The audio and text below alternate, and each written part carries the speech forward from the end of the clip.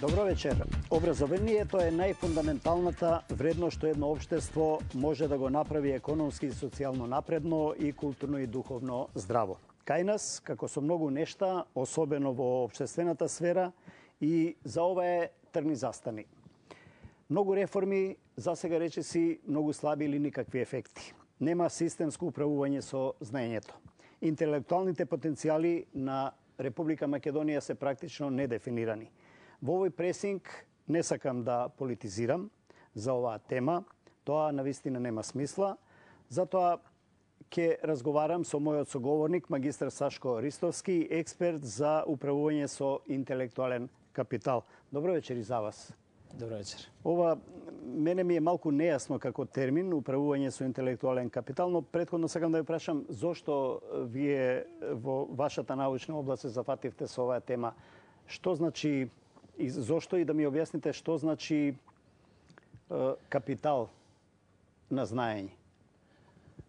Токму заради тоа што веќе го споменавте, значи образованието е од фундаментално значење за развојот на секој општество, а знаењето е негов репрезент. Значи, на некој начин постои многу блиска релација, тоа сите го знаеме, помеѓу знаењето и образованието. А интелектуалниот капитал е нешто што знаењето го става во економски контекст и од тука блиската релација помеѓу знаењето, образованието и самиот збор интелектуален капитал. Меѓутоа, капитал во суштина е многу интересна категорија од аспект на знаење. Знаете, се вели дека луѓето стануваат капитал оној момент кога со своето знаење ќе почнат да создаваат вредност. Затоа денеска научната, па и практичната заедница во светот прави разлика помеѓу тоа што представува ресурс, што представува потенцијал, што е капацитет, а што е капитал. Така е, сакам да кажам познато тоа, но за пошироката јавност кога ќе се спомне поимот терминот капитал, кај нас се мисли или на пари или се мисли на некои материјални добра, или на недвижнини, или на стока за на пазар и така натаму. Ретко кој уште во жаргонот и во политичкиот жаргон, ако сакате, капиталот кога ќе го потреби зборот знаење го вреднува како капитална вредност, или грешам? Првично, секогаш зборот капитал асоцира на пари, асоцира на финанси, значи не асоцира на она што ги создава парите и ги создава финансите. Денеска знаењето е основниот економски двигател, тоа е покренувачката сила на сите општества. Ние мораме да имаме во предвид дека доколку сакаме како општество и како економија многу посилно и позабрзано да се развиваме, мора да го прифатиме фактот дека денеска најголемиот дел од развиените економии се економии кои се базирани на знаење. А со самото тоа се и општества кои се базирани на знаење. И тука нема компромис. Значи, знаењето е тоа кое ги движи работите напред.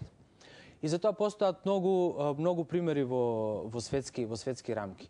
Она што е интересно и што треба да се напомене на некој начин, дека денеска повеќе едноставно мора да се помине точката која знаењето го дефинира како нешто што создава вредност и е клучно за развојот, односно за економскиот раст и развој на едно општество.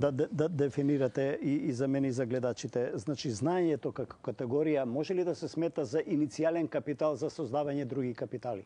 Знаењето е клучниот капитал за создавање на било каков друг капитал. Денеска повеќе не може да се прави толку голем економски и општествен раст исклучиво базиран на ресурсите, значи на природните ресурси и на капиталот.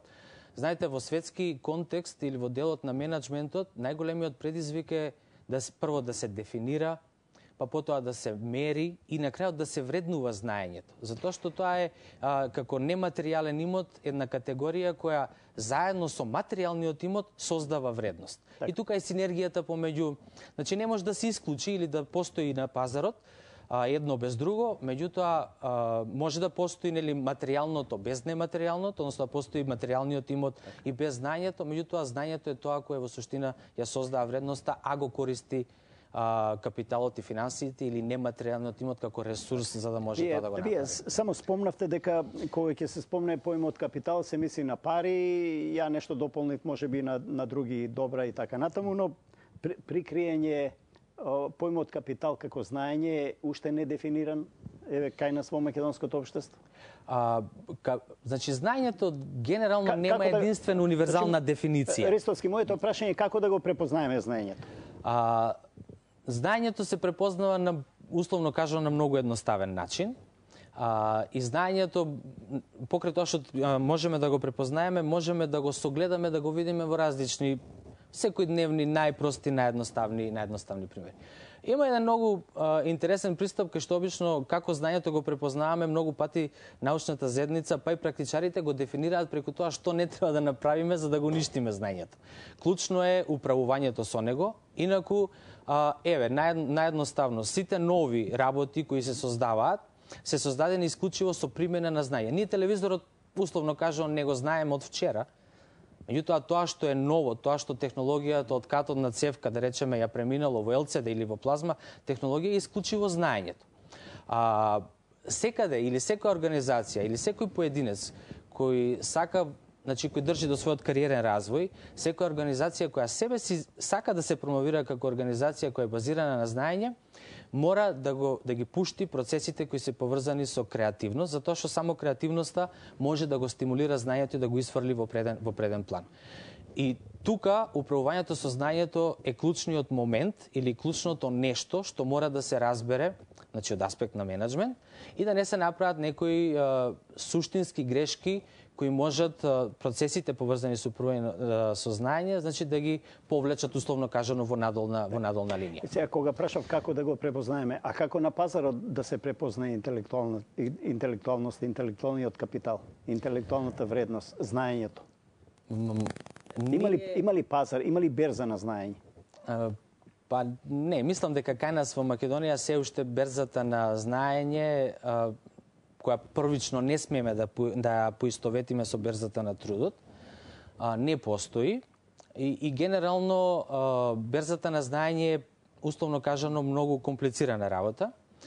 Меѓутоа, ние секогаш кога зборуваме за некаква берза поврзана со труд, вработување и така натаму, во суштина секогаш тоа не асоцира на прво вработување. Значи, никогаш не асоцира на трансфер на на луѓе со посебни знаења и вештини кои поседуваат определени податоци, информации, а при тоа тие да ги искористат за напредок во кариерата и при тоа да се трансферираат, условно кажано, од организација со понизок ранг во некоја со повисок ранг.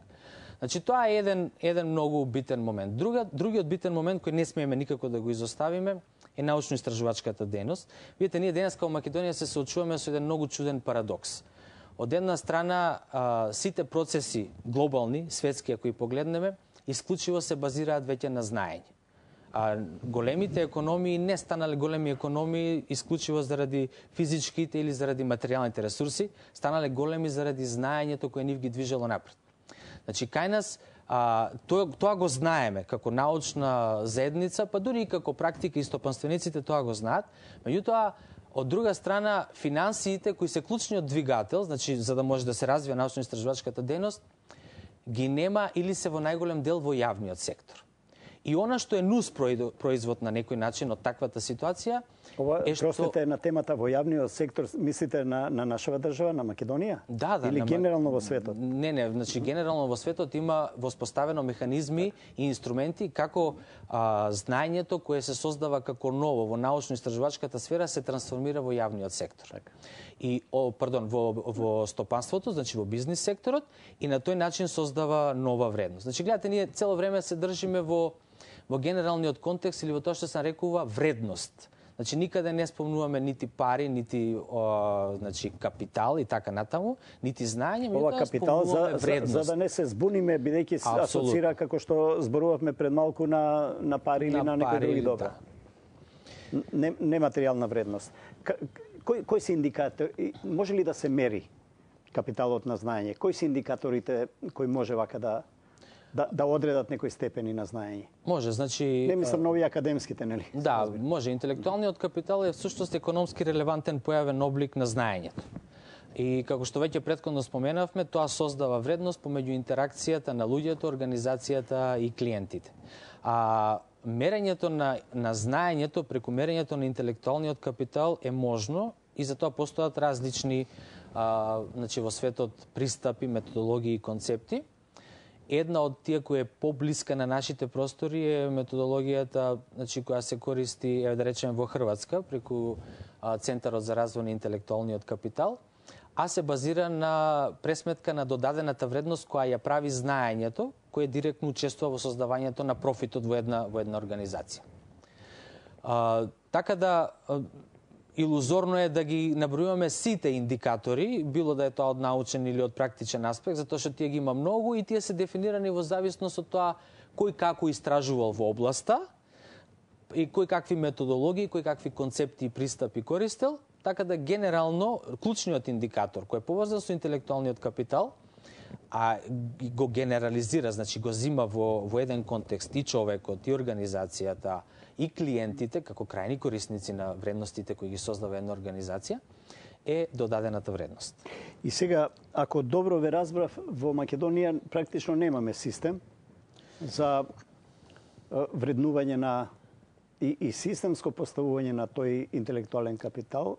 Дали е проблем во образованието? Дали е проблем во образованието што немаме адекватен систем на образование во сите, нели, на сите нивоа? Или е можеби проблем во едукаторите, во тие што треба да го пренесат знаењето, за потоа да се преточи да биде дел од капиталната вредност на македонското општество?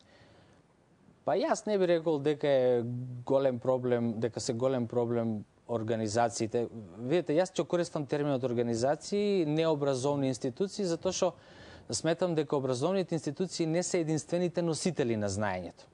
И јас и вие работиме во некои организации, користиме некакви ресурси, создаваме некаква вредност, значи ги користиме ресурсите на организацијата, а нашето знаење но се во секој случај иницијални, нели, од некаде треба да почне знаењето. Точно, значи создавањето на знаењето почнува во формалниот образовен систем. Она што нас во најголема мера мислам дека ни недостасува е создавањето на применливо знаење. Значи знаење кое веднаш може да биде применливо во производството, ако сакате во општеството или во економијата. Што значи тоа во практична смисла, еве конкретно за луѓе да разговараме? Тоа значи инженерите да бидат во погоните, не во кабинетите, во канцелариите? Тоа значи во принцип две работи. Јас малку вулгаризирам за попластично да... Да, тоа во суштина значи и следното. Ако го земете примерот да речеме со градежништвото, со еден градежен инженер кој создава некаков објект, замислете на запад каде што инвестициите во тие објекти имаат милионски суми, да заради обична некаква грешка на некој техничар се направат милионски штети изразени во долари или во евра. Што е поентата? Што не можел можеби програмите, плановите на инженерот да ги прочита добро. Да, значи она што инженерот го создал е многу логично да го исконтролира до својата крајна фаза, односно до крајен производ. Тоа не значи дека работата во канцеларијата и создавањето на проектите, кои се основа за да започне некаква работа, не се прави на инженерско ниво. Да, се прави. Бара биро за цртање, нели? Да, апсолутно. Меѓутоа, бара и контрола на терен, координација на самите активности. Нормално инженерите управуваат со цели тимови на луѓе околу нив, задолжени за различни сегменти од било кој проект, за да на крајот сепак е тоа нивно дело. Значи сепак е тоа кои они го направиле, не заради тоа што себе си на тој начин ќе се величаат како инженери, секако и тоа е многу битен момент, него заради тоа што секогаш ќе остане запаметено, значи кој тоа го создал, кој тоа го изградил. Тоа ние сега на Discovery, на телевизија може да видиме како, не знам, инженерите од Британија, од Франција, од Америка се на теренот на градилиштата со шлемови и со гончиња. Тоа кај нас уште не е устоличена слика. Па мислам дека во приватниот сектор веќе е полека,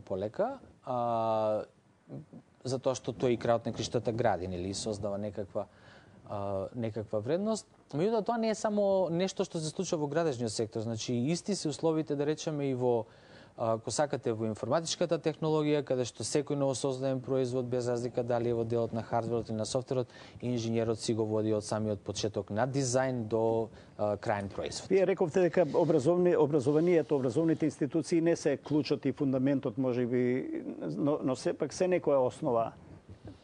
Колку е тој битен за овој крајен епилог за кој говориме?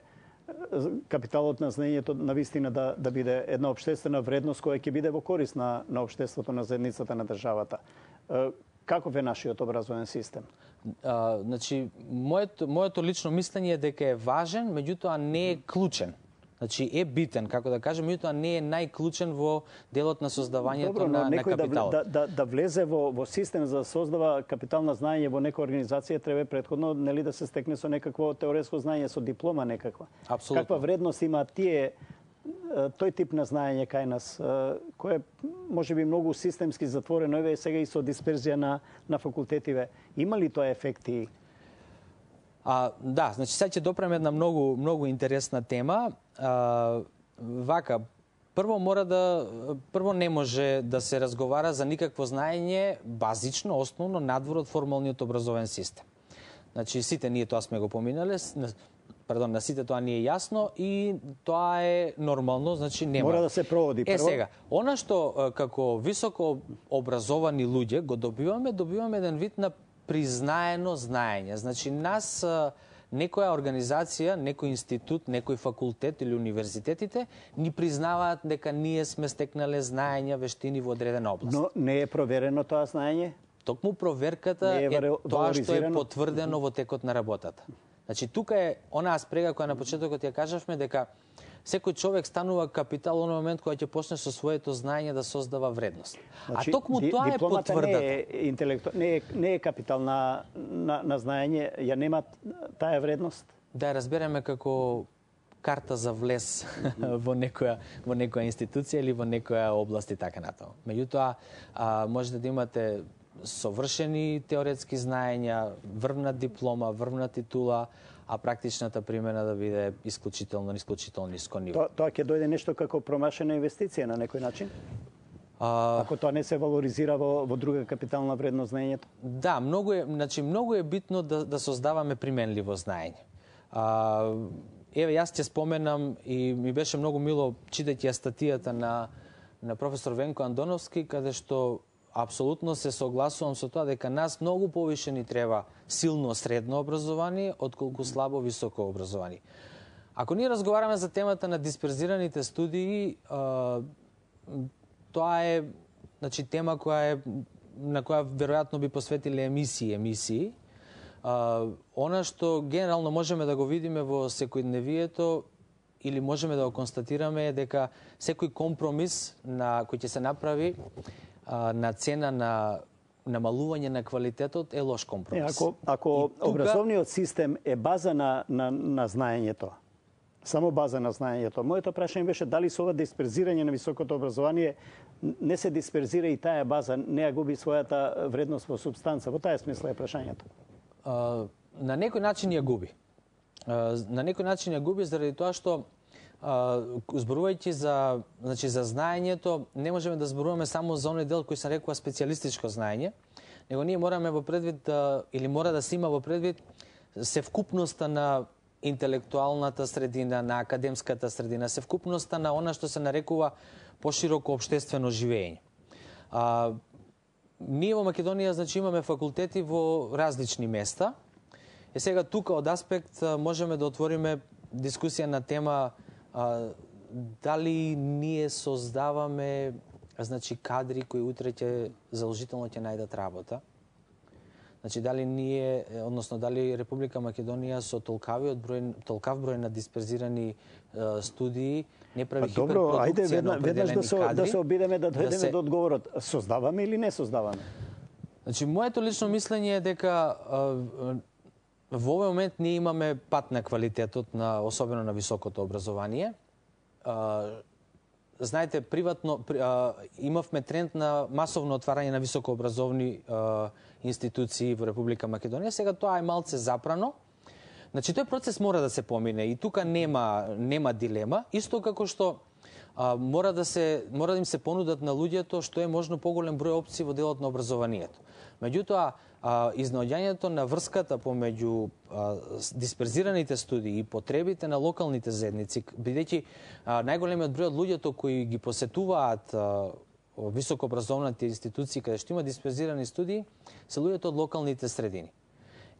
Ако до овој заклучок дојдеме онака едноставно, тоа ќе сгрешиме. Ние денес имаме ситуации кај што речеме луѓе од Скопје студираат пример во Македонски Брод или во Крива Паланка или во Кичево или во Велес, а пак луѓе од Велес студираат во Велес или на некои други факултети. Значи, дисперзираните студии треба да отворат или да овозможат неколку битни работи. Прво, да ги намалат трошоците за студирање. Прашањето е дали е намалување на трошок, ако, пример, да речеме, луѓето од Скопје кои, пример, сакале да студираат на право, сега доаѓаат, пример, да речеме, во Велес или одат во Македонски Брод или, не знам, во Кочани. Другото прашање е прашањето поврзано со самата академска средина. Сепак сакали или не заради моноцентричноста на развојот генерално гледано на Републиката или заради тоа што најголемиот дел од работите сепак се фокусирани во Скопје како главен град на Република Македонија. Другите средини имаат своји многу големи специфики и многу битни обележја, меѓутоа многу тешко го достигнуваат оно ниво кое Скопје како академска средина го има. Во такви околности воопшто не станува збор тогаш за некаква општествена контрола врз образовниот систем, врз институциите со ваква дисперзираност, кога државата сама диктира дисперзија, а не диктира квалитет. Значи не мора во основа да значи дека ако има дисперзија нема квалитет. Значи тоа е валјда некој процес кој мора да се случи. Значи мора да се проба и таков модел, мора да се доближи високото образование до граѓаните и да се видат евентуално резултатите од тоа.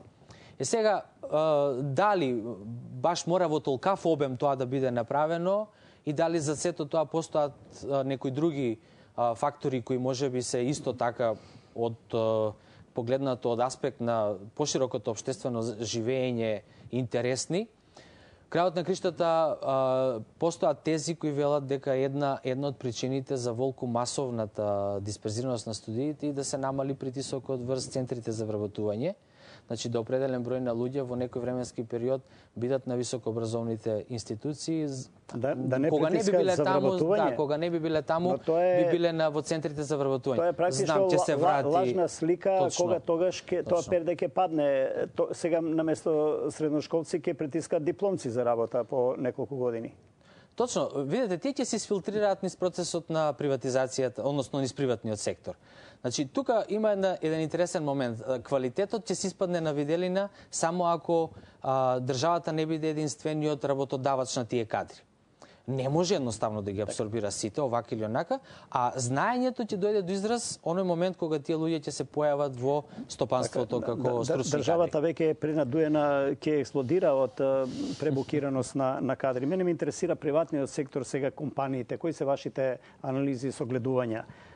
Имам впечаток или ќе ме поправите дека малку од македонските компании стипендираат, финансираат во едукација, во знаење, што утре кај нив, како велите вие, таа теорија ќе претворат во практичен капитал во нивните компании. Да, значи со своето знаење ќе почнат да создаваат вредност. Мислам дека во Македонија, во Република Македонија имаме доста позитивни примери кои се поврзани со стипендирањето. Меѓутоа тука не смееме да го премолчиме фактот дека тоа е еден од механизмите кои може да влијаат на зголемување на квалитетот на студирањето. Зошто? Еве да речеме многу добар пример е Алкалуид. Значи Алкалуид секоја година финансира определен број на студенти за своите потреби. Што се случува? Од една страна студентот добива финансии, значи може целосно да се фокусира на своето знаење. Од друга страна му е загарантирана работата. Од трета страна, идниот работодавач точно знае што ќе дојде или кој ќе дојде во неговата фирма и со какви знаења ќе дојде. Значи, оној процес што кај нас во најголем дел ги плаши работодавачите, дека добиваат кадар кој не можат одма да го стават во функција на создавање вредност, на некој начин се елиминира. Така да овој пример може да се каже дека тоа е практично инвестирање во профит. Практично инвестирање во знаење. Знаењето ќе го создаде профит. Кога велам во профит, инвестирање во профит однапред, инвестира во знаење за на компанијата тоа знаење да ја донесе профит. Точно. Знаете, има еден податок кој сега не ме држите точно за збор. Мислам дека беше 98 година, она номинална вредност, односно вредност изразена во хартија на Microsoft беше негде околу $100 милиони, а вкупната проценета вредност од страната на оние кои сакаат да вложуваат акции беше скоро 1 милиарда. Прашањето беше што е тоа што тие луѓе таму сакаат да го купат. Значи дали се тоа зградите, дали е тоа не знам, опремата и така натаму, или е тоа едноставно моќта за создавање на знаење и преку знаењето профит? Гледате колку е таа цела плејада на производи кои се случуваат. Ајде вака тогаш да ни објасните некои моменти во однос на поразвиените западни земји во овој дел. Тие инвестираат, рековте, во знаење, бидејќи го сметаат знаењето за капитал кој треба да им донесе утре профит. Ние сме, констатиравме и овде, со 1, 2, 3, не знам, позитивни примери далеку од тоа. Што реално Македонија во овој момент или во блиска иднина може да купи од тој систем западен да го примени овде и тоа да функционира? Повеќе работи. Кои се првите чекори? Повеќе работи. Што да се почне практично? Прво мислам дека треба да се почне тоа што е суштински поврзано со знаењето, а тоа е неговото управување. Значи, она што нас очено недостасува се светските искуства во делот на управувањето со знаење. Мислам дека нашите менаџери во поголем дел се уште знаењето не го сваќаат, односно се уште инвестирањето во знаење го сметаат за трошок, а не за некаква инвестиција. Знаете, платата на вработените секогаш не е едноставен надоместок за тоа што тие го сработиле. На Запад платата на вработените со сите бенефиции кои таа ги носи, значи сосема нешто друго. Значи, таму се задолжителни програмите за обука, за подобрување на знаењето, затоа што менеджментот таму разбрал кој е суштинскиот фактор, кој е покренувачка сила и кој прави профит. Тоа е првата битна работа. Другата битна работа се многуте добри практики поврзани со тоа како значи знаењето треба да се трансферира не само во делот, значи ево од образовната институција према бизнис секторот, и како да се создава ново знаење кое повторно ќе биде ставено во функција на стопанството. Ние го спомнавме примерот. Меѓутоа, тоа што не кажавме е дека кај нас целокупната научно-истражувачка дејност е фокусирана во јавниот сектор. Ние немаме научно-истражувачка дејност во приватниот сектор. Значи, нас приватниот сектор не ни генерира знаење, а ние немаме изграден механизам како знаењето кое се создава во научниот сектор, значи во јавниот сектор, да го трансферираме према... Има ли обштествени сили што тоа може да го направат како систем, како вие што сугерирате? Има ли сили македонското општество тоа да го... Тоа е процес. Значи, тоа е процес кој трае. Ние сме, за жал, сепак млада држава и треба да го поминеме тој процес. Меѓутоа, клучната работа... Некакви агенции веќе, како некои николци за заштита на тој, условно речем, не мислам на интелектуален капитал, има за заштита на пронајдоци, така натаму, него на вредноста на знаењето како капитал. Ние имаме, простете на темата, имаме агенции за вработување, и тие се може би некоја берза на трудот, да кажеме, иако далеко од тоа.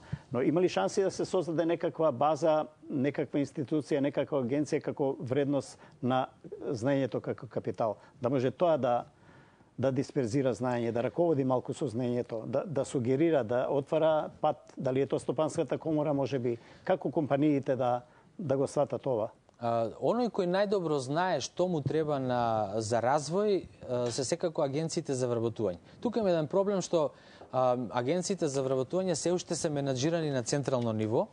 Знаете, стратешките приоритети на државата се исклучително важни во делот на економската сфера, па и во сите други сфери. Меѓутоа, да направите добра локална политика која може да одговори, значи да ги спои токму овие елементи кои ги разговарам. Од една страна луѓето кои бараат работа како носители на знаењето, од друга страна посредникот со работодавачите и крајот на криштата не само посредникот. Значи, многу е лошо ако агенцијата за вработување врши само евиденција на невработени лица. Вие спомнате тоа на централно ниво е тешко, вие сте од две лес. Полесно ли е тоа на локално ниво? Да се абсорбира тоа знаење како капитал, да се дисперзира потоа во работните колективи, односно во компаниите? Да, тоа го кажав од аспект на задоволување на потребите на стопанството. Значи, хипотетички кога би управувале локално со агенциите за вработување, тогаш многу по-добро можеме да одговориме на потребите на бизнис секторот. И во тој случај агенцијата нема да биде едноставно нити посредник, него буквално ќе биде во функција на создавање на знаење. Има ли некои николци за тоа? Вие сте таму? Па за жал мислам дека нема, меѓутоа и не може да има со оглед на од овој пресинг испративме, се надевам, неколку позитивни пораки за тоа што Македонија треба да го прави во иднината. Ви благодарам. Благодарам јас. Пресинг од понеделник до петок, секој работен ден.